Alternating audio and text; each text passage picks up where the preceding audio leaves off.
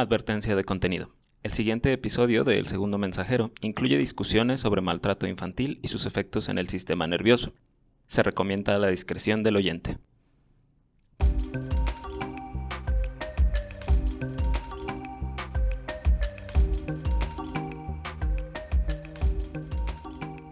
Estás escuchando El Segundo Mensajero, el podcast que ya aprendió a controlar sus impulsos. Hoy tenemos de vuelta a Jimena Castillo. ¿Cómo estás, Jimé? Hola Mike, muy bien, ¿y tú? También. Yo creo que el día de hoy el tema sí te va a latir. Porque hoy vamos a platicar de un controvertido tema en el estudio de la mente, que es la psicopatía. Pero primero vamos a comenzar con una historia. No sé si esta ya la habías oído, pero si no, está interesante. Bueno, antes de empezar la historia, vamos a hacer un disclaimer de que tanto Jimena como yo somos fans del crimen real. Entonces, esa es la razón por la que hoy decidimos unirnos para este episodio. Y nada más, yo no soy especialista, entonces puede que mucho de lo que diga no tenga sentido. No importa, somos especialistas. Somos como esos podcasts de Parcas que dicen que no hay psicólogos profesionales, pero que hemos investigado mucho para el programa. Ajá. Parte 1. Beth. La historia comienza con Jonathan Thomas, que es un niño de 5 años que vive con sus papás adoptivos, Tim y Julie, y también vive con su hermana Beth, apenas 10 meses mayor que él. John y Beth fueron adoptados cerca del año de edad.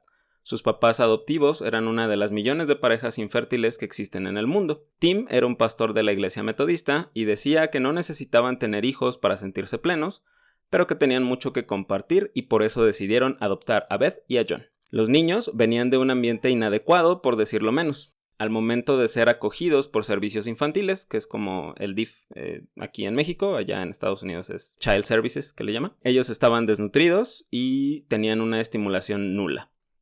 John fue rescatado de un charco de su propia pipí y a los 7 meses no podía levantar la cabeza, cosa que un niño sano debe de poder lograr entre los 2 y los 3 meses de vida. Y Beth, por otro lado, sufrió abuso físico y sexual por parte de su padre biológico después de la muerte de su madre. Entonces, pues eran niños que les había ido muy mal para estar tan chiquitos. Sí, ya, o sea, según mi experiencia en todo lo que he visto de asesinos seriales, ya empezamos mal. Todo coincide para que ya sabemos a dónde va esto, pues. Tal vez. Una vez en la casa de sus padres adoptivos, Beth solía tener pesadillas donde revivía el abuso, de vez en cuando. Pero comenzó a mostrar comportamientos alarmantes como lastimar a sus mascotas y a su hermano menor. En una ocasión sacó unas crías de pájaro de su nido solamente para asfixiarlas. La mamá cuando cuenta esto dice que Beth como que se hizo que no sabía qué estaba pasando, que no sabía que le iba a pasar eso a los pajaritos. Pero dice su mamá que cuando ella le dice, cuando le cuenta, ¿no? Así que yo no sabía que les iba a pasar, que le hizo una mueca, así como una sonrisita malvada, y que la señora sí se súper asustó. Entonces, como todos padres responsable haría, pues la llevaron a terapia, y su terapeuta era un doctor que se llamaba Ken Magid. En sus sesiones, Beth le contó al doctor Magid que había robado cuchillos de la cocina con la intención de matar a su familia. Beth ya había intentado matar a su hermano un par de veces y lo había admitido, sin mostrar remordimientos. Oye, Mike, hay un video en YouTube de la niña, ¿no? Ajá, exactamente. Sí, ya sabía que lo habías visto. Sí. Se llama Child of Rage. Uh-huh. Es un documental chiquito que lo hicieron en 1990, 1989 y es parte de era como una serie que se llamaba America Undercover o como América al Descubierto. Y venía el caso de Beth. Pero el asunto es que se pone más truculento después de lo que pasa en el documental. Ok, va. Les vamos a dejar ahí el enlace en la descripción del episodio. Beth decía que quería matar a su familia porque no quería estar cerca de ninguna persona, ya que después de todo, la gente que había estado cerca de ella la había abandonado o la había lastimado, como su papá. De acuerdo con un artículo de Pamela Hernández de la Universidad Latina de México, cito, Beth se encontraba sumergida a partir del evento traumático en la compulsión a la repetición que le permitía asimilar el trauma sin ser un sinónimo de cura. Es decir, cuando Beth dañaba a otros, asimilaba lo que le sucedió y entonces se sentía otra vez en control. O sea, ella decía, esta gente me lastimó, entonces si yo lastimo a otros, yo voy a estar en control de la situación como ellos estuvieron en control cuando me lo hicieron a mí. Ajá, sí. Ay, pero estaba bien chiquita. Sí, estaba súper chiquita. Se supone que cuando graban en la situación del documental ella tenía 6 años. Y el asunto es que, o sea, es muy crudo cuando describe en el documental lo del abuso de su papá, que aquí no lo puse por obvias razones. Es muy crudo porque si haces como cuentas, todo lo que su papá le hacía, se lo hacía cuando estaba muy, muy bebé, o sea, tenía como menos de 2 años. Y es muy curioso porque pues mucha gente dice, es que los niños tan chiquitos no se acuerdan. Claro que se acuerdan, todo influye, Sí, sí, o sea, sí. desde que estamos en la panza de mamá. Beth fue diagnosticada como una niña con trastorno del apego, una condición derivada de la teoría del apego, que menciona la necesidad de un niño de tener una relación con un cuidador. Esto le permitirá un desarrollo social y emocional normal. La teoría del apego y el trastorno del apego todavía son algo aceptado en psiquiatría, pero vamos a ver que hay una cosa que tiene el nombre de apego que no se considera algo oficial. Entonces ahorita vamos a eso. Entonces, la teoría del apego dice que los cuidadores ayudan a regular el funcionamiento de un bebé, porque responden a las señales de hambre o a cuando se sienten mal, y lo ayudan a relajarse para dormir, por ejemplo, cuando le haces arrullas al bebé, y le ayudan a regular la temperatura cuando tienes contacto físico con el niño. O sea, ese impulso que tenemos de abrazar a los bebés cuando lloran, por ejemplo, probablemente es como una especie de situación que hemos aprendido evolutivamente de ayudarles a darles calor porque a lo mejor lo que tienen es frío.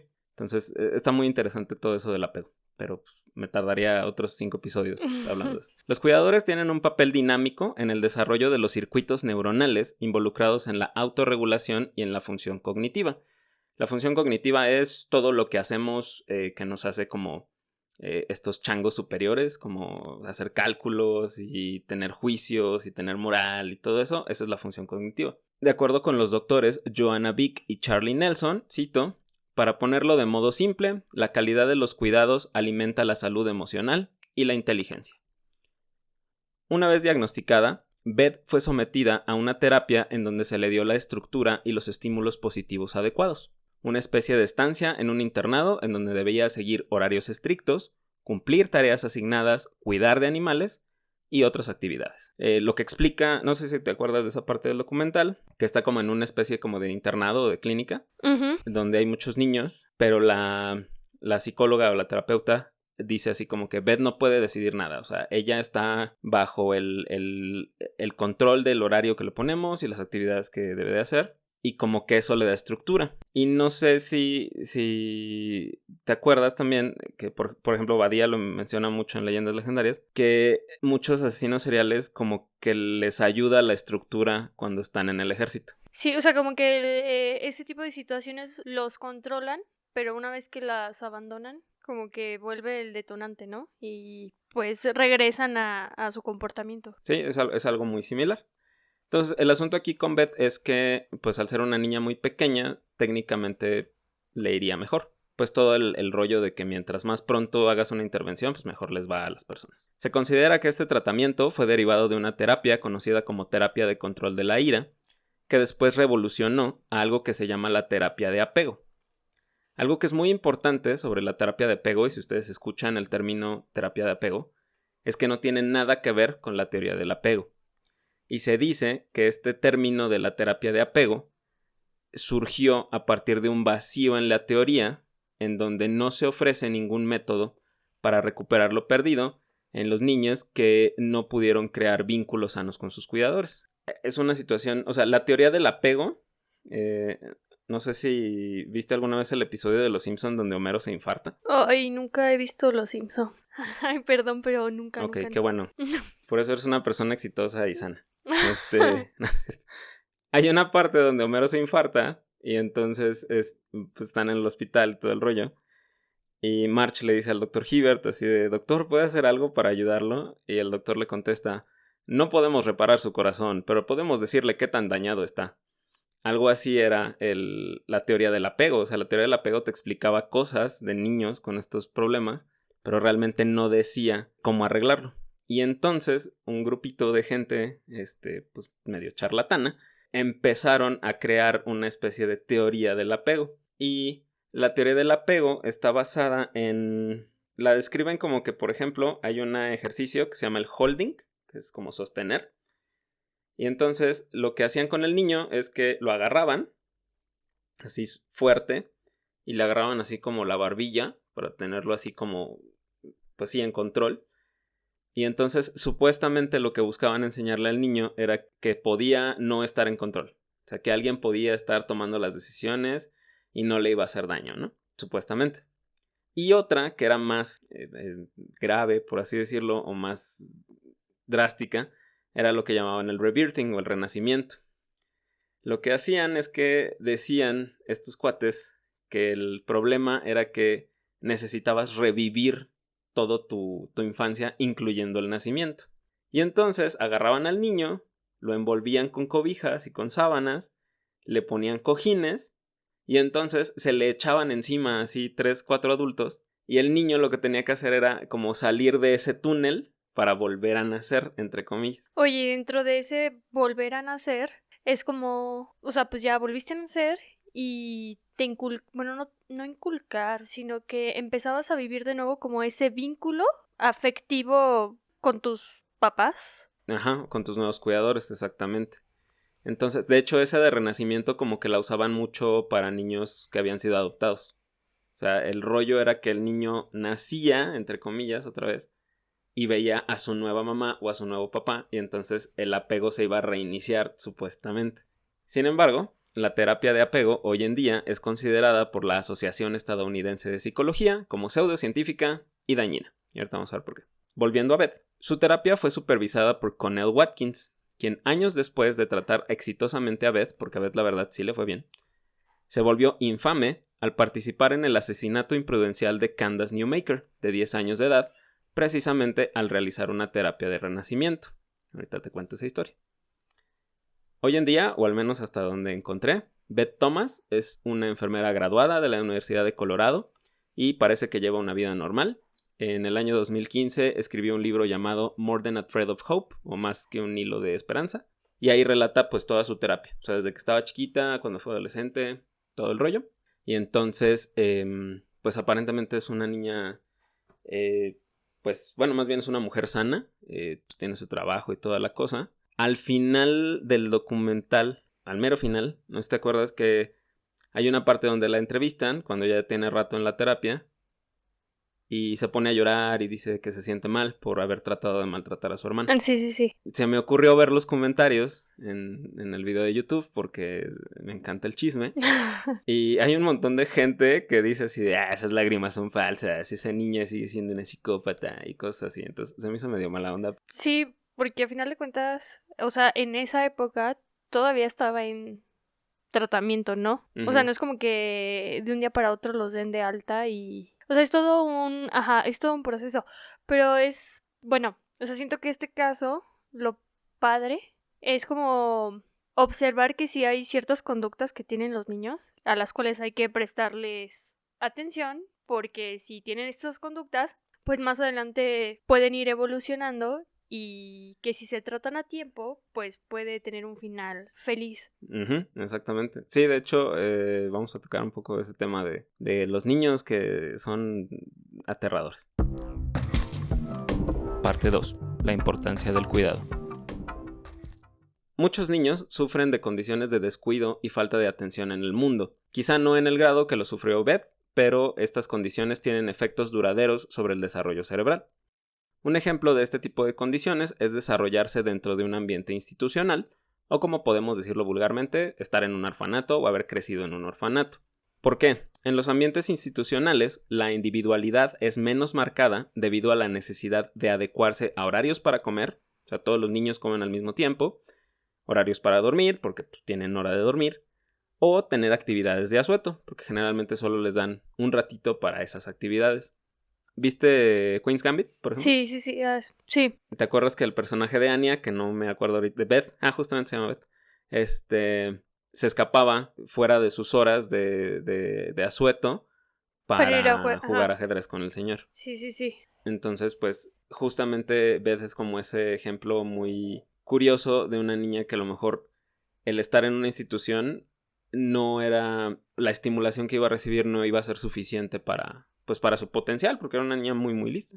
Esto reduce la exposición a estímulos sensitivos, lingüísticos e intelectuales. Sin embargo, Joanna Vick y Charlie Leeson consideran que la intervención temprana en estos niños puede recuperar su potencial. Según ellos, el desarrollo tiene 2 modalidades básicas con respecto a la experiencia de cada individuo.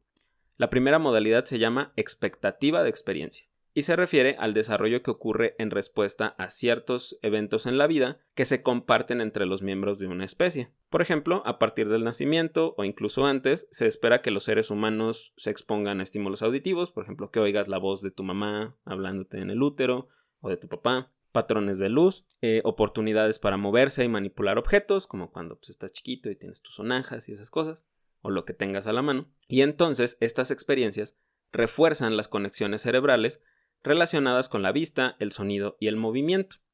Cuando los humanos se exponen de manera rutinaria a experiencias de cuidado, entonces los circuitos neuronales que se asocian con el desarrollo emocional se refuerzan. O sea, si tu oído se desarrolló porque te hablaron cuando estabas en la panza de mamá y todo el tiempo te hablaron, pues igual desarrollaste tu sentido del oído. Igual si tú recibiste cuidados, pues vas a desarrollar como esa empatía de cuidar a alguien más, eventualmente, y a ti mismo. Sí, pues básicamente vas adquiriendo, podríamos decir, herramientas para cuando crecemos. O sea, son bebés, pero aún así, pues sí lo sentimos. O sea, como si yo fuera una bebé, ¿no? Ajá, y a final de cuentas, lo expresamos posteriormente en próximas relaciones, ¿no? O sea, nuestro comportamiento. O sea, si tú, bueno, yo quiero creer que si no generas un vínculo materno, pues de manera correcta, eso se ve reflejado en próximas relaciones. Que de hecho es algo como que era como el trauma de Freud, ¿no? Que siempre eran la mamá o el papá. Pero uno de los resultados de este desarrollo emocional es la creación de empatía. La empatía, vamos a decirlo vulgarmente, es la capacidad de ponerse en los zapatos del otro o imaginarte en la situación de otra persona y tener esa sensación de, híjole, si yo estuviera en su lugar no me gustaría o me gustaría X. Pero vamos a ver eso más adelante. Por otro lado, existe el desarrollo dependiente de la experiencia. Y este ocurre como resultado directo de las experiencias que varían de un individuo a otro. El aprendizaje de ciertas habilidades depende de experiencias específicas a las que algunos tienen acceso, pero muchos otros no. Por ejemplo, leer, escribir, o quizá aprender que las personas más cercanas a nosotros pueden dañarnos. O sea, el aprendizaje no siempre es bueno o de cosas agradables. Ajá. Las variaciones en las experiencias individuales pueden modelar el desarrollo cerebral, pero un desarrollo cerebral típico puede ocurrir sin estas experiencias. O sea, a lo mejor no te pusieron a Mozart de chiquito en la panza, pero no hay problema, te va a ir bien, probablemente. Sin embargo, las experiencias tempranas tienen un valor muy importante y se han relacionado con la futura salud mental, el bienestar físico y con otras situaciones aparentemente más alejadas de la infancia, como logros educativos y nivel socioeconómico, que es, por ejemplo, lo que tú dices, ¿no? O sea, si yo tuve una relación adecuada con mis cuidadores, a lo mejor más adelante, cuando yo tenga una relación romántica o lo que sea, pues va a ser una relación sana, esperemos, ¿no? Además, bueno, como niño puedes vivir 2 tipos de experiencias, ¿no? Las buenas y las feas. Y puede ser que si no vivas esas buenas, pero tampoco las malas, o sea, tienes una vida, pues, regular, digámoslo así. Promedio. No es lo mismo que siempre recibir las malas, ¿no? O sea, yo creo que sí marcan más... O sea, es peor recibir las malas que no recibir como el exceso de las buenas, pues. O sea, como el ejemplo que tú ponías de Mozart. O sea, sí, a lo mejor mis papás no me pusieron Mozart, pero eso, pues, ni viene ni va. Pero si mis papás me hubieran golpeado todos los días, pues ahí sí hay como... Pues sí deja... marca, ¿no? Y de hecho, eso también tiene que ver mucho también el ambiente, porque a lo mejor si tus papás te pusieron Mozart, pues a lo mejor es porque tus papás son gente como ultra culta y tienen oportunidad o tienen acceso a ciertas cosas, y probablemente tus papás que te golpearon o que te golpeaban o lo que sea, a lo mejor están en una situación más precaria, están en una situación más difícil de vida o socioeconómica, y eso también influye. Entonces sí es como algo que justamente habla mucho de este tema de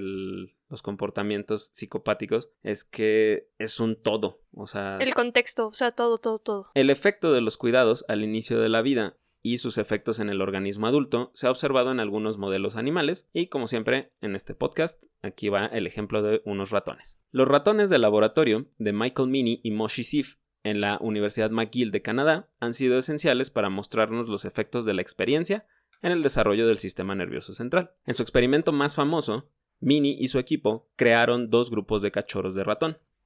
Un grupo fue expuesto a madres que ofrecían cuidados adecuados y otros fueron expuestos a un cuidado, entre comillas, más bien agresivo. O sea, a unos ratoncitos les tocaron mamás ratonas que los lamían y que los, ¿cómo se dice? Como que los acicalaban. Ujú.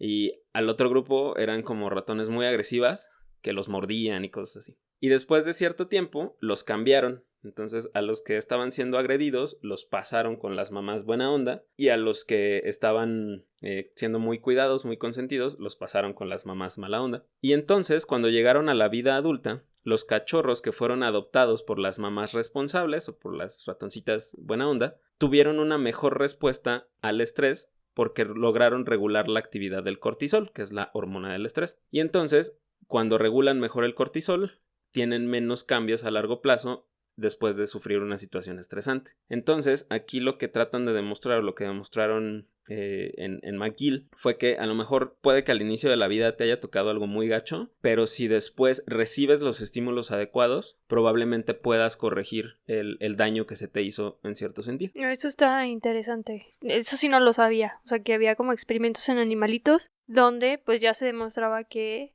ese daño pues ya puede ser, o sea, que puede ser reversible, pues. Uh-huh. También, digo, ese es un poco más extenso, pero luego se fijaron que estos ratoncitos, aunque los maltrataron en un inicio, como les dieron este cambio de ambiente, estos ratoncitos más adelante cuando tuvieron cachorros, también fueron ratones que cuidaban. Y se dieron cuenta que los abuelos, por así decirlo, también fueron ratones agresivos con las mamás agresivas, que es algo muy curioso porque son cosas que pasan en las personas. Sí, esa tendencia de que, sí, si naces en un ambiente donde te maltratan, pues tú vas a maltratar y así se va a ir pasando de una a otra generación. Y entonces hay mucha gente que dice, no, pues es que eso es hereditario, pues tal vez no es tanto que sea hereditario, sino que es lo que aprendes. Solamente de repetir patrones, ¿no? Exactamente. Aunque este tipo de estudios no pueden realizarse en humanos por cuestiones éticas, investigaciones retrospectivas han mostrado que la violencia familiar, el maltrato, la adicción en los padres, la pobreza y otros factores adversos alteran el desarrollo cerebral y llevan a deficiencias en el funcionamiento emocional y cognitivo, como por ejemplo el caso de Ed Kemper. Ed Kemper era un cuate muy listo, pero finalmente era un asesino, y más bien al parecer su problema era enteramente como del desarrollo emocional. O sea, probablemente si no le hubiera tocado vivir... Con la mamá que le tocó. Y a lo mejor si a su mamá le hubiera tocado vivir ciertas cosas que también le pasaron que fueron muy gachas, a lo mejor Ed hubiera sido un cuate, no sé, un científico. Brillante. O lo Ajá, que sea. sí. Exactamente. Entonces, pues ahí está un ejemplo. Algunos estudios han utilizado pruebas que valoran el metabolismo cerebral para hacer una correlación entre la actividad cerebral y la calidad del cuidado. Uno de los primeros estudios que se utilizó se conoce como PET scan o tomografía por emisión de positrones, que a pesar de tener un nombre muy futurista, pues básicamente enseña las partes del cerebro que consumen más energía. En uno de estos estudios se compararon niños criados en un ambiente institucionalizado con 2 grupos diferentes. El primer grupo eran niños criados por sus padres, pero con un trastorno neurológico orgánico, como la epilepsia, y también compararon el cerebro de estos niños con adultos sanos. Y resulta que los niños institucionalizados tenían menor actividad en las regiones cerebrales que tenían que ver con la regulación emocional y las tareas de memoria y juicio. O sea, específicamente para esas funciones muy importantes, que es regular las emociones y la memoria y el juicio, es decir, saber que lo que estás haciendo está bien o mal, es más grave que hayas tenido malos cuidados a tener un problema cerebral en cómo se formaron tus neuronas o tus conexiones o lo que sea. O sea, en el cerebro, en ambos casos, pues se nota el daño, ¿no? O sea, en la imagen médica, supongo yo. Y, bueno, es que no sé, ¿la epilepsia es de nacimiento? En algunos casos, O sea, la mayoría sí. Pero estos trastornos que pudiéramos decir no están relacionados a ciertas situaciones de la vida son menos notorios en la imagen médica que los que genera vivir en estas condiciones, ¿no? Exactamente. O sea, aparentemente Ok. el que el que yo haya nacido con epilepsia no afecta como tal mi capacidad de juicio o mi capacidad de regular mis emociones, obviamente a menos que sea una epilepsia muy muy grave, pero específicamente esas áreas están muy muy afectadas cuando hay un cuidado que es, digamos, más bien que no es cuidado, o sea, que es maltrato, pues. Ok. Muy bien. Otros estudios que realizaron resonancias magnéticas encontraron que los niños tienen un volumen cerebral disminuido porque pierden materia gris, es decir, neuronas, pero también pierden materia blanca, las conexiones de las neuronas. Entonces, parece ser que este ambiente de crianza adverso genera un cerebro con menos neuronas y menos conexiones entre esas neuronas, que eso es importante más adelante. Otra situación interesante es que se observó que los niños sometidos a cuidados negligentes muestran un patrón de conexiones similares al de los adultos en el sistema límbico, que representa la actividad emocional, y con el lóbulo frontal, que se relaciona con la función ejecutiva, o sea, con hacer lo que quieres hacer. Este patrón les permite tener síntomas atenuados de ansiedad y parece que es un mecanismo compensatorio para enfrentarse a la negligencia. Estos niños maduran, por así decirlo, más rápido su sistema de emociones, en cierto sentido, para sentirse menos ansiosos al estar constantemente siendo maltratados. El problema es que la ansiedad viene del miedo y el miedo es muy importante para que reconozcamos el peligro. Entonces, eso también va a salir ahorita más adelante. Finalmente, un estudio realizado en Bucarest, Rumania, conocido como el Estudio de Intervención Temprana de Bucarest, encontró que mientras más temprano se retira a los niños del cuidado institucional, es mucha mejor la recuperación de sus conexiones neuronales y de la actividad eléctrica registrada en el electroencefalograma. O sea, si estos chavitos los adoptan más pequeños, es más probable que no tengan tantas secuelas de este cuidado, digamos, no personalizado. Como vimos en el caso de Beth y en muchos otros pacientes, mientras más temprana es la intervención en los niños con impedimentos del desarrollo, mejor es la recuperación. Joanna Vick y Charles Nelson sintetizan esto diciendo, cito, mientras más tiempo el cerebro se priva de experiencias esperadas, mayor será el deterioro del desarrollo. Ahora que tenemos toda esta información, vamos a ver el caso de Beth porque tiene un par de puntos muy interesantes. El primero es que Beth logró cambiar los rasgos de su comportamiento que la volvían peligrosa para su familia y para sí misma. Actualmente, que es lo que tú decías hace rato, los niños que tienen estos rasgos de comportamiento, digamos, perturbadores, como dicen en Mindhunter, a estos rasgos se les conoce como rasgos insensibles impávidos, o insensible en inglés es callous unemotional, o insensibles y no emocionales. Este término describe a niños o personas jóvenes con falta de remordimiento, falta de empatía y poca preocupación sobre cómo se desempeñan en sus actividades, además de una expresión superficial del estado de ánimo. Esta falta de preocupación por su desempeño y la falta de empatía, es decir, de la preocupación por otros, puede relacionarse con la disminución del circuito neuronal relacionado a la ansiedad. Es decir, como pierden esa ansiedad, pues dicen, pues ya reprobé, no importa. Ya me arrestaron, no importa. Ya golpeé a un ancianito para quitarle su monedero, no importa. Entonces, como esa pérdida del miedo de la que platicamos, puede tener una relación con que no les importan las consecuencias de lo que hacen. Sí, y bueno, es muy marcado la parte de, o sea, bueno, en asesinos seriales que maltratan a los animalitos, o sea, que no les importan. Y que nada más como que lo hacen por ver algo nuevo. O sea, porque también eso es algo como muy que marcan mucho sobre las personas con rasgos psicopáticos que siempre están buscando emociones nuevas. Y aparte como que, bueno, si lo haces como enfrente de tus amiguitos, también como que generas ese miedo, ¿no? En las demás personas. Sí, que dicen, ay no, mejor no molesto a Ajá, Pedrito sí. porque le arrancó un ojo al gato. El segundo punto no es tanto Beth, sino su terapeuta, Connell Watkins, acusada de la muerte de Candace Newmaker, una niña de 10 años con antecedentes bastante interesantes. Y aquí vamos a esta situación de repetir patrones. La madre y la abuela de Candace también habían sufrido abandono. Tanto Mary, su abuela, como Angie, su madre, fueron internadas en un orfanato durante su infancia. Mary, al ser abandonada cuando era bebé, y Angie entró al sistema cuando su mamá se divorció, es decir, Mary, y no pudo mantenerla a ella y a sus hermanos. Angie cambió constantemente de casas de acogida, ya que presentaba rasgos insensibles e impávidos como Beth, aunque no eran tan alarmantes. O sea, dicen que nada más era como muy contestona, era muy agresiva con los niños, etc. Angie, al igual que su madre, se casó a los 16 años de edad con un hombre alcohólico y agresivo como una manera de salir del sistema institucional. Se buscaron a algún patán, se casan con este cuate para ya no estar en el sistema de foster care o de cuidado de acogida. El problema es que obviamente pues casarte con un hombre alcohólico y agresivo pues también va a salir mal. Sí. O sea, no rompes con ese maltrato, Patrón. pues. O sea, sales de uno para meterte, como dicen por ahí, sales de Guatemala para meterte a Guatepeor. Eventualmente, los 3 hijos de Angie y Todd terminaron en el sistema de servicios infantiles, otra vez. Una de estos niños era Candace, quien salió de su núcleo familiar a los 5 años. Y una vez en el sistema de acogida, comenzó a desarrollar los mismos rasgos que su mamá, con una propensión a las agresiones hacia sus cuidadores. A los 7 años, Candace fue adoptada por Jean Newmaker, de 42 años. Jean era enfermera, le iba muy bien, pero nunca tuvo hijos. Candace tenía dificultades para socializar en la escuela en un inicio, pero fue mejorando al pasar el tiempo. Tenía una gran relación con sus compañeros de escuela, sin embargo, su relación con su madre adoptiva no mejoraba.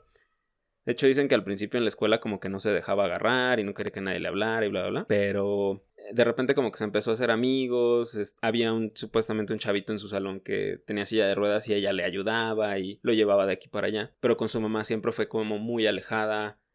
No quería que la tocara, bla, bla, bla. Oye, Mike, ¿y Ujú. crees que hasta cierto punto esta parte bueno, aparte de toda la burocracia que hay en medio, como que la adopción no esté como tan fomentada o la gente no quiera practicarla, pues porque hay un montón de documentales, películas que a lo mejor no están basadas en hechos reales, pero que tienen como esta historia, ¿no? De trasfondo, o sea, de que la mayoría de los niños que llegan a esos lugares, pues sufrieron maltrato y luego pasamos que en el lugar de acogida pues tampoco los tratan tan bien y tienden a desarrollar estas actitudes y que la gente pues dice, ¿para qué me meto en un broncón? O sea, ¿sí crees que tenga relación de que por qué la gente no se orilla tanto a esta parte de la adopción? Debe de tener algo que ver. Finalmente, muchas cosas, como no las conocemos de primera mano, las percibimos como las vemos como en los medios o como nos las cuentan. Entonces, por ejemplo, hace poquito estaba viendo un ensayo en YouTube de una chava que se llama Lindsay Ellis, que básicamente lo que hace es que te muestra cómo desde hace 50, 60 años los medios se han encargado de como satanizar a la gente trans. Y entonces dice, maestro, pues es que no es de a gratis que la gente los rechace, es que ve lo que se les enseña de qué es la gente trans, entre comillas. Entonces, pues sí, seguramente tiene algo que ver, o sea, imagínate que vas a adoptar a un niño y te ponen la huérfana y Ajá, resulta sí. que es una chavita que ni es chavita, entonces pues sí, o sea, sí debe de haber algún peso que genere la imagen en los medios, o sea, definitivamente. Y más cuando te dicen, no, y aparte va a ser un rollo burocrático, no, o sea, jamás. Prefiero Sí. intentar 50 métodos de fertilidad y prefiero irme a fertilización in vitro y lo que tú quieras en vez de adoptar. Y obviamente pues es una situación que tampoco se puede relajar tanto, porque entonces qué tal que está demasiado relajada y de todos modos terminas con niños súper maltratados, nada más que con la gente que los adoptó. Sí, es que luego también se da mucho el caso, bueno, no sé si aquí se dé, pero en Estados Unidos también se da el caso de que, pues, cada que adoptas un niño, pues el gobierno te apoya, ¿no? Y mucha gente lo ve como un medio para conseguir dinero más que cuidar al niño. Exactamente. Entonces, pues no lo tratan bien. O sea, simplemente es como, pues te tengo aquí para que me den lo que me va a dar el Mi cheque. gobierno. Ajá. Ay, no, qué feo todo. Sí, es muy complicado, muy, muy complicado. Pero bueno, una vez ya en la casa, Candace no permitía que su madre se acercara a ella, y Jean mencionó que incluso llegó a iniciar algún incendio dentro de la casa, que eso también lo mencionan mucho cuando hablan de la famosa triada de McDonald's, que es que los niños, bueno, que la persona también tiene antecedente de iniciar incendios. Ujú. Sin embargo, esto del incendio nunca se le demostró a Candace, entonces yo me diría que quizá fue una exageración. ¿Quién no jugó con cerillos cuando estaba chiquito? Ajá. Bueno, esto llevó a Jean a buscar diversos tratamientos para mejorar el comportamiento de Candace, hasta que alguien les recomendó buscar a Connell Watkins, que es quien trató a Beth. Watkins le contó a Jean Newmaker sobre la terapia del apego y el éxito que había tenido en múltiples pacientes, y en enero del 2000 cerraron el trato para comenzar a tratar a Candace junto con uno de los fundadores de esta pseudoterapia, Foster Cline. Algo que llama la atención es que desde los años 90 existían denuncias de maltrato infantil a manos de los llamados terapeutas del apego, y esto seguramente era del conocimiento de Watkins y Klein. ¿Por qué? Porque Klein incluso testificó a favor de una pareja negligente que claramente maltrataba a su hijo y estableció que la muerte del niño de 7 años, Lucas Ciambrone, era algo esperado por su trastorno del apego, ya que sus padres, cito, al vivir con un niño con esta condición, se encontraban en una situación similar a vivir en un campo de concentración o un culto. Ay, no. Entonces, en el juicio, básicamente este cuate les dijo, sí, tiene un trastorno del apego, es un niño malo y merecía morir. Básicamente les dijo eso. Entonces, o sea, no puedes decir que no sabían que la terapia era peligrosa y el concepto que ellos tenían. Eventualmente, Watkins y la otra terapeuta, Julie Ponder, estuvieron involucradas en la muerte por asfixia de Candace Newmaker en una sesión de renacimiento. Lo que pasó fue que le hicieron a Candace esto de hacerle bolita con los cojines encima y las cobijas. Y entonces le dijeron, tienes que esforzarte, Candace, sal de ahí, vuelve a nacer. Y entonces Candace estaba así de, por favor, no puedo respirar, ayúdenme. Y entonces le empezaron a decir, no, eres una... Le empezaron a decir quitter, que es algo así como eres una renunciadora, eres una agachona. Total que Candace pues empezó a asfixiar porque tenía 2 señoras como del triple de su peso encima de ella y eventualmente en esa sesión falleció. O sea, y su mamá estaba así, su mamá adoptiva estaba así al ladito de ella. Entonces pues se armó obviamente un escándalo. La condenaron a 16 años de cárcel, de los cuales solo sirvió 7, por cierto. Entonces pues ahí está la cosa. Ahora, las actitudes de notoria despreocupación por las consecuencias de sus actos y el bienestar de otras personas que presentaron tanto Beth como Watkins y Foster nos harían pensar que nos enfrentamos con un clásico ejemplo de personas psicópatas. Y ya llegamos al tema. Parte 3. ¿Qué es la psicopatía? Sorprendentemente, este diagnóstico no se encuentra en el Manual Estadístico y Diagnóstico de las Enfermedades Mentales, o el DSM para los cuates, lo cual nos dice que para la APA era más prioritario decir que Freddie Mercury tenía un trastorno porque era gay, pero que Charles Manson era así un chavo que estaba pasando por una etapa desfavorable de su vida, ¿no? Entonces, el diagnóstico se integró, y ni siquiera se integró como psicopatía, hasta 1980. La psicopatía se conoce desde al menos el siglo XIX, cuando Philippe Pinel describió a personas con manie sans délire, o maniáticos sin delirio, para diferenciar a estas personas de aquellos que presentaban alguna alucinación o idea delirante. Este mismo concepto evolucionó en Alemania hacia la Psychopathie, o alma que sufre. Y finalmente, Harvey Cleckley trajo la palabra psicopatía al consciente colectivo cuando publicó su libro La Máscara de la Cordura. Bueno, ya después te invitaré a que platiquemos de el señor Cleckley y su Máscara de la Cordura, porque la verdad es que está interesante. Entonces, así fue como llegamos al término de psicopatía. La psicopatía es un trastorno de la personalidad, y de acuerdo con la gente que se dedica a estudiarla, es una versión específica de lo que se llama el trastorno antisocial de la personalidad, o TAP. El TAP sí se encuentra en el DSM-5. La personalidad antisocial no es usted que no le gusta ir a fiestas y que no le gusta convivir con la gente. Eso no es el trastorno antisocial. Las personas con trastorno antisocial de la personalidad suelen ser impulsivas, irresponsables, con relaciones interpersonales superficiales y con una tendencia a cometer crímenes y poco interés por el bienestar de otros. ¿Viste Breaking Bad? No, intenté verla, pero no me atrapó. Vi la primera temporada, no sé si sirva. No sé, como que me hacía mucho ruido que alguien que fue premio Nobel terminara ahí. O sea, no sé. Sí, pues está raro. Sí, fíjate que la primera temporada es muy lenta. Yo también me tardé mucho de que acabé la primera, que realmente es muy cortita, y que dije, bueno, sí voy a ver la segunda. Yo creo que fácil fue un año. Entonces sí te entiendo. No a todos los atrapa rápido, porque aparte se empieza a poner como muy intensa hasta como la mitad de la segunda, entonces sí la tienes que aguantar. Pero bueno, no me acuerdo si en la primera, según yo sí, es cuando sale un cuate que les quiere comprar la anfetamina, que se llama Tuco. A ver, sigue desarrollando y a lo mejor y lo recuerdo. Pelón, que tenía como un diente de plata o algo así.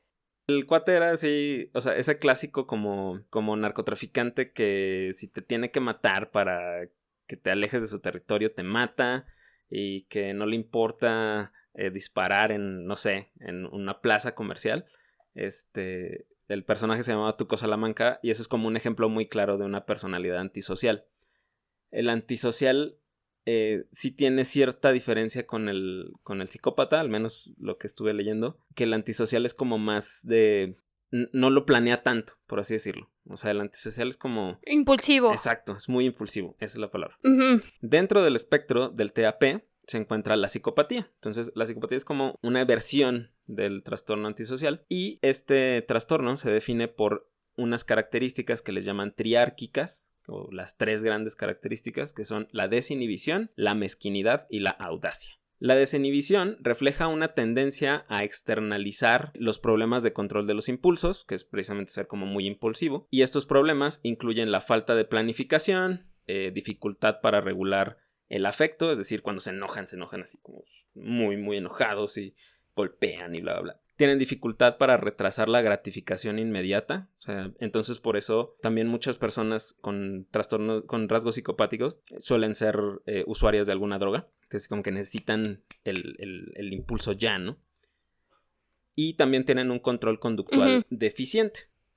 Una observación importante. Oye, Mike, por eso la mayoría de los asesinos, su primer asesinato es como impulsivo, ¿no? Ya de ahí pues van perfeccionando porque pues descubren que no solamente es el matar, ¿no? Es el que la policía no me cache, El proceso. Ajá, voy a ser más cuidadoso para que no pase eso. Pero el primer asesinato casi siempre es impulsivo, ¿no? O sea, en el momento les dan las ganas y matan.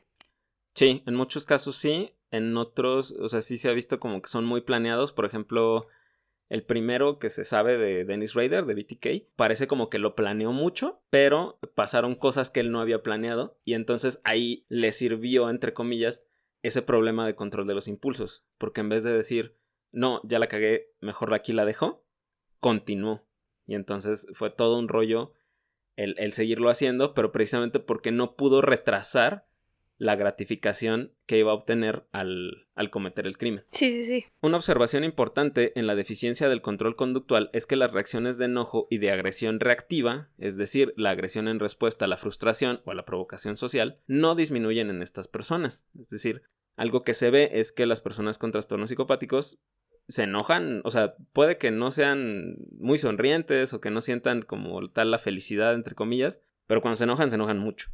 Por otro lado, con el aplanamiento emocional, parece ser que algunas personas con rasgos de psicopatía tienen un menor riesgo de desarrollar adicciones, esto es un poco paradójico, pero en el sentido de, por ejemplo, si tú estás con una persona con rasgos psicopáticos y son 15 y todos están, no sé, fumándose un churro de mota, si tú le dices a esta persona con rasgos psicopáticos, dale un toque, no seas aguado, este cuate va a decir, no, o sea, no, tu presión de pares no me hace nada. Yo no voy a hacer las cosas si no las quiero hacer. Y también, por ejemplo, a lo mejor a alguno de nosotros nos llegó a pasar que cuando ibas a una fiesta en la carrera, era como inconscientemente era una señal de, voy a tomar alcohol o voy a fumarme un cigarro. Y estos cuates no, estos cuates como que no cachan esas señales sociales. Entonces, cuando consumen sustancias, suele ser porque realmente les gusta la sensación que les da la sustancia. O sea, no es porque alguien les dijo, pruébala, o porque están en un lugar donde todo el mundo lo hace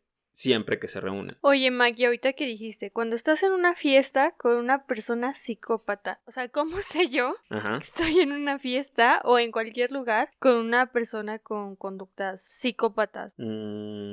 Es que es muy complicado saberlo porque uno de los rasgos de la psicopatía es que se mezclan muy bien superficialmente. Pero a lo mejor, y esto lo oí de una paciente que está diagnosticada, que también les voy a dejar ahí el enlace a su entrevista. Lo que ella dice es que cuando empezaban a hablar como de cosas más profundas, o como de situaciones más humanas, entre comillas, no sé, como tener una mascota, o como de los hijos, o lo que sea, como que de repente esta persona se desconecta y no puede interactuar con el sentimiento del otro porque en realidad no tiene la empatía.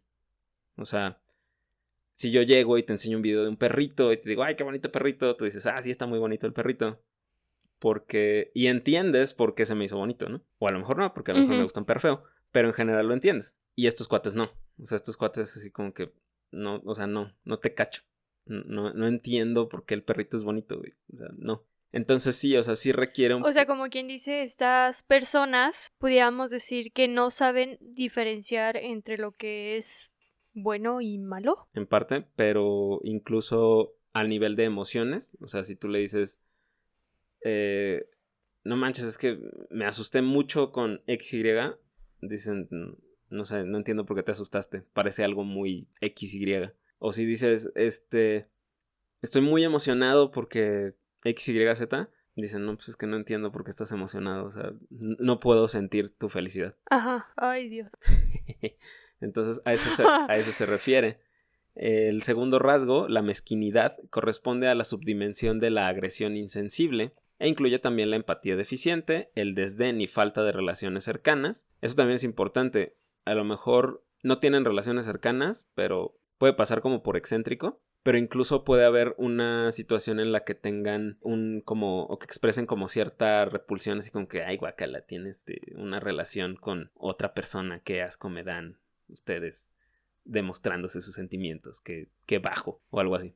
Pueden incurrir en explotación, rebeldía, búsqueda de emociones y empoderamiento a través de la crueldad, que muchas veces eso es lo que en algunos asesinos seriales se ve, ¿no? O sea, que lo que llaman el poder control. Sí, que casi siempre se ve muy marcado en la forma en la que llevan a cabo su forma de asesinar, pues. Ujú. O sea, casi siempre hay presencia de quiero dominar, quiero controlar, y una vez que ya sentí esa adrenalina de controlarte, de ser yo quien manda, pues ahora sí ya no me sirves y adiós. Y también, pues, esta que se ve mucho desde niños, bueno, en varios, no quiere decir que sea un patrón y que todos, esto de los animales matados, ¿no? Ujú. A final de cuentas, pues decir, el animal no va a dominar sobre mí, sino yo lo voy a dominar y pues está en mi decisión, está en mi control decidir si vive o no vive. Exactamente, así es. Bueno, este empoderamiento, junto a la falta de percepción de castigo como algo negativo, los lleva a no preocuparse por hacer daño a otras personas. Eso también es algo importante, que ahorita lo vamos a platicar, que es el último punto, que es lo que llaman la audacia, que en inglés es el boldness. La audacia abarca niveles bajos de miedo o evitación, expresados como la capacidad de mantener la calma en situaciones que implican una amenaza, como por ejemplo estoy tratando de matar a alguien, la capacidad de recuperarse rápidamente de eventos estresantes, como por ejemplo acabo de matar a alguien, una alta seguridad en sí mismo y una alta eficacia social, y una facilidad con la falta de familiaridad y el peligro. Es decir, aunque estén en situaciones nuevas, que a lo mejor a cualquier otra persona los harían como sentirse nerviosos o sentirse incómodos, ellos son así como que, no importa, no hay problema. Entonces, Sí, apenas te iba a decir yo que yo siento nervio con todo. O sea, uh-huh. con todo, con todo. Si, por ejemplo, en clases, ¿no? Si me estaba quedando dormida, pues el nervio de, ay, me van a cachar que me estoy Exacto. quedando dormida, o que se te antojaba agarrar una de tus papitas a media clase, ay, me van a cachar que me estoy comiendo la papita a media clase. Exactamente. O sea, no me quiero imaginar yo intentando matar a alguien. O sea, eso... Porque aparte, o sea, digo, a lo mejor no he estado enojado y dices, como que le quiero romper la cara. Pero a lo mejor luego lo piensas y dices, no, o sea, la verdad es que si le pego a alguien, a lo mejor me voy a sentir mal y voy a ir, oh, perdóname, ¿te dolió? Oye, y por ejemplo eso, o sea, no sé si ya se mencionó, creo que no, sino una disculpa, el sentimiento de culpa. O sea, nunca lo desarrollan, pues, No. yo creo. No. O sea, como que nunca se les inculca la parte de... O a lo mejor y sí se les trata de decir, porque supongamos a la niña que quiso el supuesto incendio. Pues obviamente yo creo que los adultos le dijeron, oye, eso no está bien. Exacto. Pero pues todas las características que tiene una persona psicópata lo lleva a no sentir ese sentimiento de culpa, porque al final de cuentas no distingue qué está bien y qué está mal. Entonces, como no sabe lo que es estar o hacer acciones malas, pues no siente este sentimiento de culpa de, híjole, ya lo que hice no estuvo tan bien. Sí, justamente, o sea, de hecho lo que platica esta paciente, que les voy a dejar ahí el video, que se llama M.E. Thomas, es un seudónimo, obviamente. Lo que ella dice es que, por ejemplo, lo que a ella le pasó una vez es que vio en la tele a una persona con muletas o algo así, e hizo un chiste, pues, cruel de esa persona, y entonces su papá le dijo así como que, oye, no deberías de bromear con eso. Y lo que ella dice es que yo no entendía por qué no podía, o sea, yo no entendía por qué estaba mal. Entonces, en cierto modo la culpa también es una situación de presión social. Porque si, no sé, o sea, si estuviera, entre comillas, bien visto, no sé, ir sentado o sentarte en el pasillo del cine, pues todo el mundo lo haría. Ajá. Si todo el mundo te ve feo cuando te sientes en el pasillo del cine, dices, no, pues a lo mejor no está bien. Y entonces esa misma presión de pares hace que cambies la actitud. Y eso es una situación en la que ese circuito en las personas con estos rasgos psicopáticos no se desarrolla. Ok. El doctor Robert Latzman de la Universidad Estatal de Georgia considera que estas 3 características son un buen método para describir la psicopatía, ya que estas características tienen un circuito neuronal relacionado, que son el circuito de la inhibición de respuestas, es decir, el que te ayuda a no sé, gritarle a la gente nada más porque sí. El circuito de conexión y apego, que es el que te permite saber cuándo alguien se siente mal o cuándo alguien se siente bien o cuando alguien está enojado contigo por su lenguaje corporal. Y el circuito de amenaza aguda o inminente, que es el que sirve para que reconozcamos cuando estamos probablemente en peligro. Anatómicamente, las alteraciones cerebrales relacionadas con la psicopatía se encuentran en diversas regiones, pero la mayoría de los estudios se concentran en alteraciones de la amígdala, que ayuda a procesar el miedo, los núcleos basales, que ayudan a procesar las respuestas de recompensa, la corteza del cíngulo, que se involucra en el proceso de las emociones, y la corteza prefrontal, que es la que regula el juicio. La psicopatía puede diagnosticarse utilizando el cuestionario desarrollado por el agente del FBI, Robert Hare. De hecho, Robert Hare, no sé si siga vivo, pero al menos hasta el año 2012, hacía un cursito de cómo identificar psicópatas. Ah, eso está padre. Yo, ya sabes, ¿no? Pues de pequeña viendo Mentes Criminales, La Ley y el Orden. Ujú. O sea, es como el sueño, ¿no? Dedicarte a eso. Ajá, O sea, ser exacto. ser esa persona que hace perfiles, ¿no? Allá. Sí. Entonces ya viste Mindhunter, supongo yo. Sí, y la vi cuando salió y la volví a ver hace poquito con mi mamá. Yo Ujú. tenía ganas de verla y pues daba la casualidad que ya no la había visto. Ah, ok. Y sí, la volví a ver y todavía estoy muy enojada porque no va a haber tercera temporada. Sí, ya sé. Ahorita por eso ahí tengo el libro, luego te lo mando. Y ahí sí, ese sí viene completo, sí viene todo.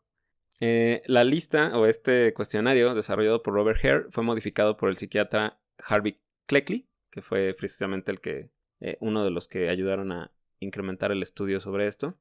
Este cuestionario se conoce como la Lista de Verificación de Psicopatía de Hare Revisada, o PCLR. Contiene 20 preguntas valoradas en una escala del 0 al 2. Un test positivo requiere de 30 puntos, aunque en algunos países se consideran valores más bajos como diagnósticos.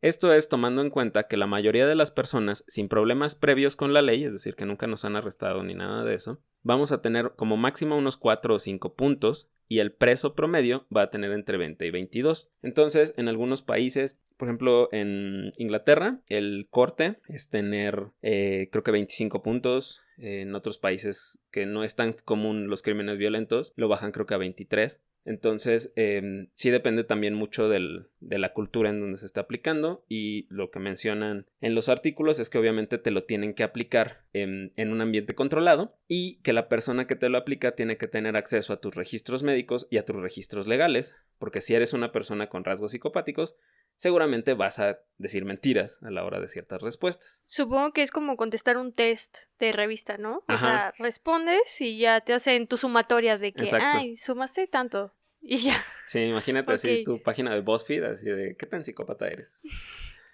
Ajá. Y también, pues, por ejemplo, hay unas preguntas que son como muy en la cara. Por ejemplo, una de las preguntas dice así literalmente: soy un mentiroso patológico. Entonces, pues, nadie o casi nadie lo va a admitir. Exacto. Oye, ¿y este test fue el que hizo Ed Kemper o el que le ayudaba a ay, pues a todo el equipo ¿De los de Mindhunter? de psicólogos y de psiquiatras? Ajá. Ya ves que dentro de su historia está que pues le hacen el test Ujú, y como que lo pasa. ujú, Porque ya lo habías mencionado, era una persona muy inteligente y dentro de su inteligencia pues pudo evadir la prueba. Entonces como que le dan poquito tiempo en la cárcel, que fue ujú, su primer asesinato, que mata a su abuela, ujú. y por eso, porque hace el test, sale libre, pero ya después pues en teoría ayuda con este test, ¿no? A los policías, pero eso sí no estoy tan segura. Según yo es que era tan inteligente que le podía ayudar a los policías a interpretar las respuestas de este test. Sí, lo que pasa es que la primera vez que lo meten a la cárcel lo meten con diagnóstico de esquizofrenia, entonces lo que él aprendió fue precisamente qué le iban a preguntar para diagnosticarle la esquizofrenia, y eso fue lo que, digo que él no era esquizofrénico, entonces pues supo qué responder. Pero ya después, como se puso a estudiar de eso, sí les ayudaba a los policías de ahí de Vacaville a los test psicológicos de los presos. Y ya después, cuando lo vuelven a encerrar, entonces sí apoyó al equipo de Robert Ressler y de John Douglas, que son los dos de Mindhunter, a crear como la herramienta de perfilación. Pero hasta donde yo vi y leí, este test de Robert Hare fue como una cosa aparte. O sea, ellos, Douglas y Kessler, como que se dedicaron más como a hacer un perfil más amplio, más grandote, para clasificar la conducta violenta. Y Hare nada más se enfocó como en estas características de los personas con rasgos psicopáticos. Ok. Uh-huh. El periodista John Ronson, de hecho, tiene un libro completo sobre este tema. Si no quieren leer el libro, hay una TED Talk de 18 minutos en YouTube, donde básicamente dice que todos vamos a tener un poquito de psicopatía porque pues hemos hecho cosas que probablemente parecieran muy inocuas, pero a lo mejor no lo son. Parte de su plática se refiere a que mucha gente que dirige grandes compañías tiene rasgos psicopáticos, lo cual técnicamente no debería ser sorprendente para nadie. Nada más hay que darse un clavado en la historia de Richard Sackler y Purdue Pharma, Elizabeth Holmes y Theranos, que justo la acaban de sentenciar, o de las grandes compañías tabacaleras que mucho tiempo escondieron para obtener dinero que el cigarro era causante de cáncer. John Ronson menciona que el capitalismo es un sistema económico que premia estas conductas psicopáticas y que por eso no es sorprendente que grandes líderes de industrias pues tengan estos rasgos.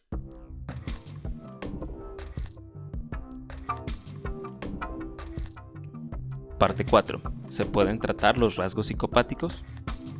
En esta sección se discuten investigaciones sobre el posible tratamiento de individuos con rasgos de personalidad psicopáticos. Este podcast no condona ni justifica los actos de daño hacia terceros, pero consideramos importante dar a conocer la posición de los investigadores sobre el posible tratamiento de los individuos con rasgos psicopáticos para prevenir el sufrimiento de más personas y sus familias.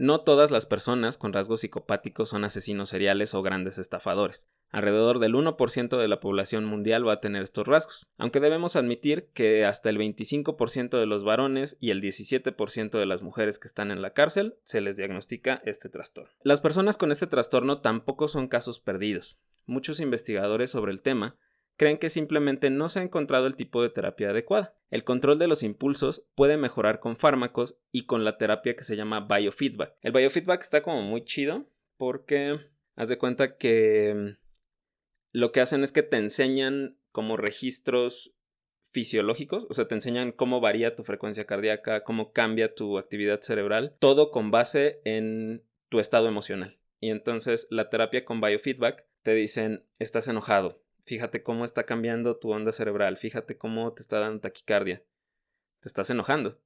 Y entonces aquí de lo que nos queremos aprovechar es que la persona con el trastorno psicopático quiere estar en control. Y entonces dice, híjole, no quiero que esté así mi onda cerebral. Me voy a calmar para controlar mi onda cerebral. Parece que es como una situación ahí bastante útil, al menos la gente que lo ha utilizado. Entonces, digamos que la persona psicópata realmente no logra controlarse. No, o sea, técnicamente no. O sea, lo que dicen es que con terapia habitual, o sea, con la terapia que a lo mejor a ti o a mí nos ayudaría, a ellos incluso los hace empeorar. Entonces dices, ¿sabes qué? Hay que buscar otras maneras, y entonces esta de biofeedback, como es un poquito más fría, por así decirlo, a lo mejor les ayuda. O sea, porque no es como, es que tienes que hablar de tus sentimientos, sino más bien como, ve cómo lo que estás haciendo o lo que sientes está afectando tu cuerpo. Y entonces a lo mejor eso pudiera tener un cierto beneficio.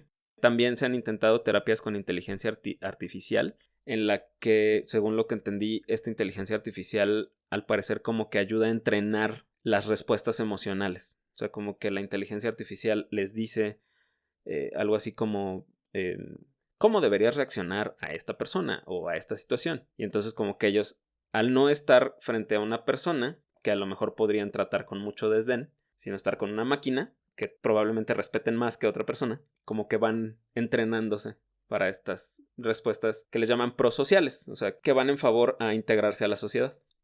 Stéphane de Brito, de la Escuela de Psicología de Birmingham en Reino Unido, es uno de los principales defensores de la posibilidad de reintegrar a estas personas a la sociedad y ha denunciado la falta de fondos para la investigación en trastornos de la personalidad, aunque la psicopatía tiene un costo anual estimado de $640,000 millones solo en Estados Unidos. O sea, entre gastos de encarcelamiento, gastos de... ¿cómo se dice? ¿Cómo se llama esto? Gastos de, obviamente, de terapeutas, gastos de procesos legales, todas estas situaciones van a tener ese problema de que está generándose un costo de no tratar adecuadamente a las personas que tienen este tipo de trastorno. De Brito también menciona que identificar a los niños con trastornos de la conducta y sobre todo con rasgos insensibles e impávidos puede ayudar a evitar el desarrollo de una personalidad antisocial o psicopática más adelante. Ursula Tully, de la Universidad de Pensilvania, menciona que una menor exposición al estrés, y una mayor cantidad de experiencias nuevas y positivas permite una mejor formación de redes en la corteza cerebral en la vida adulta. Si quieren acercarse un poco más a la historia de una persona con trastorno psicopático de la personalidad que no tenga litros de sangre a su alrededor, la abogada M.E. Thomas tiene un libro llamado Confesiones de un sociópata, una vida oculta a plena vista. M.E. Thomas también habla de su experiencia en un canal de YouTube llamado Psychopathy Is. Y antes de que se lancen a mi yugular, porque en ningún momento de este episodio se mencionó la palabra sociópata o sociopatía, es porque estos términos en realidad no están reconocidos por la psiquiatría clínica, la psiquiatría forense o las neurociencias en general. Les dejo en la descripción un video donde la doctora Abigail Marsh lo explica con lujo de detalle. Y bueno, eso es todo por el episodio de hoy. Hay una cantidad impresionante de información sobre el tema y probablemente tengamos más episodios al respecto, pero creo que esto es una adecuada introducción. ¿O tú qué piensas, Jimé? Sí, o sea, es como donde inicia todo lo que viene después, ¿no? Más adelante. Y, o sea, yo creo que es interesante tener este punto de partida, ¿no? O sea, estar atentos, aunque es muy poco el porcentaje, muy poquito de las personas que pues tienen este trastorno, o sea, siempre estar atentos de esas conductas en los niños, porque pues ahí hay varias personas conocedoras que nos dicen que el detectar estas conductas y tratarlas y cambiarlas de ambiente en el que viven, o sea, cambiar todo ese maltrato, todas esas cosas malas por cosas buenas, pues a final de cuentas en un futuro le van a hacer bien a la persona. Exactamente, sí, y van a ayudar a que se reintegre a un ambiente social o en el futuro tener, no sé, un mejor trabajo o lo que sea. La verdad es que son situaciones que vale la pena también. Si usted nos escucha y es psicólogo clínico, psicólogo de niños o alguna situación así, pues vale la pena el identificarlo, porque también creo que es importante, ahora sí que jugando un poco pues no sé si decir que al abogado del diablo, pero creo que algo que me gustó mucho de lo que estuve leyendo, sobre todo del artículo de este cuate Stéphane de Brito, es que pues dice así como que pues es que siguen siendo personas, o sea, a lo mejor no funcionan como nosotros esperaríamos que funcionaran, pero siguen siendo personas y siguen teniendo necesidades y a lo mejor lo único que falta es que no hemos encontrado un tratamiento adecuado para ellos y menos si no nos dan dinero para investigar adecuadamente este tipo de trastornos que finalmente sí tienen una repercusión en la integración social y tiene una repercusión en que puede haber peligro para otras personas. Entonces creo que sí es una situación que es importante también tomar en cuenta, o sea, como ver eso de no nada más con el morbo de, sí, digo, o sea, sí. Yo sé que a ti y a mí nos encanta. O sea, sí, pero sí, no dejar de lado que son personas, o sea, lo que tú decías, ¿no? En el video de esta niña Beth, que los comentarios como de, ay, no, nada más está haciéndose la víctima llorando y claro que no se arrepintió de haber querido matar a sus papás adoptivos y a su hermano, o sea, entender que no son conductas que ellos pidieron o que desarrollaron solitos, ¿no? O sea, que lo que les tocó vivir, pues estuvo tan fuerte que pues alteró todo su sistema, y más bien como agradecer en el núcleo en el que crecimos, que nos protegió, que nos dio tantas cosas buenas que no desarrollamos este tipo de conductas. Sí, y aparte, o sea, creo que, o bueno, no sé, creo que siempre es como esa curiosidad cuando uno se entera de ese tipo de casos, como de saber. Yo creo que muy en el fondo, al menos por la gente que yo conozco que es como fan de eso del crimen real creo que muchos de nosotros tenemos como esa pregunta de cómo llegaron a eso. Más bien como que queremos saber cómo fue que llegaron del punto A al punto B. Esto va para mi mamá, que te escucha, Mike. Que hubo un tiempo en el que yo me obsesioné también con los narcotraficantes. Y pues hasta cierto punto tienen ciertas conductas de psicópatas. Y hubo un tiempo en el que mi mamá me dice, es que los idolatras. Y yo, no es que los idolatre, sino la parte, o sea, me interesa mucho y me gusta ver las series de narcos y de todo esto, porque te cuentan un poquito qué hay de trasfondo, ¿no? O sea, eso, de cómo pasó del punto A al punto B. Claro, no, y es que además es una situación social, o sea, mucha gente lo ve como, es que en una sociedad, digamos, sana o con buenas herramientas de desarrollo social, lo que tú quieras, técnicamente no debería de haber, o no deberías de tener la necesidad de buscar en el narcotráfico cubrir esas necesidades que a lo mejor socialmente no puedes. Entonces, o sea, digo, en cierto modo nosotros lo vemos desde un ángulo o sea, desde lejitos, como muy desde un punto de vista, digamos, de curiosidad científica, pero, o sea, tiene todo un trasfondo que cuando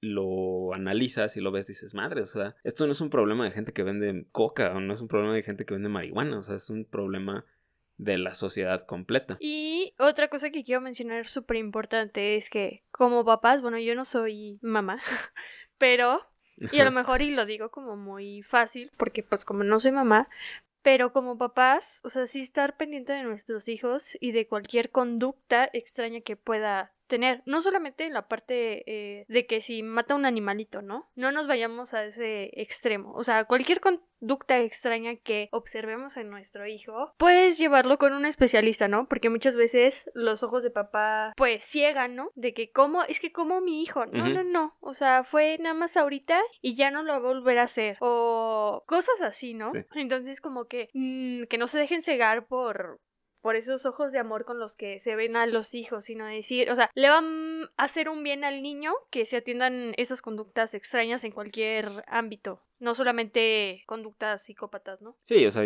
exactamente, o sea, a lo mejor el niño no tiene un problema de rasgos psicopáticos, a lo mejor tiene un trastorno por déficit de atención que no se le ha diagnosticado, o tiene XY cosa que a lo mejor no se había explorado.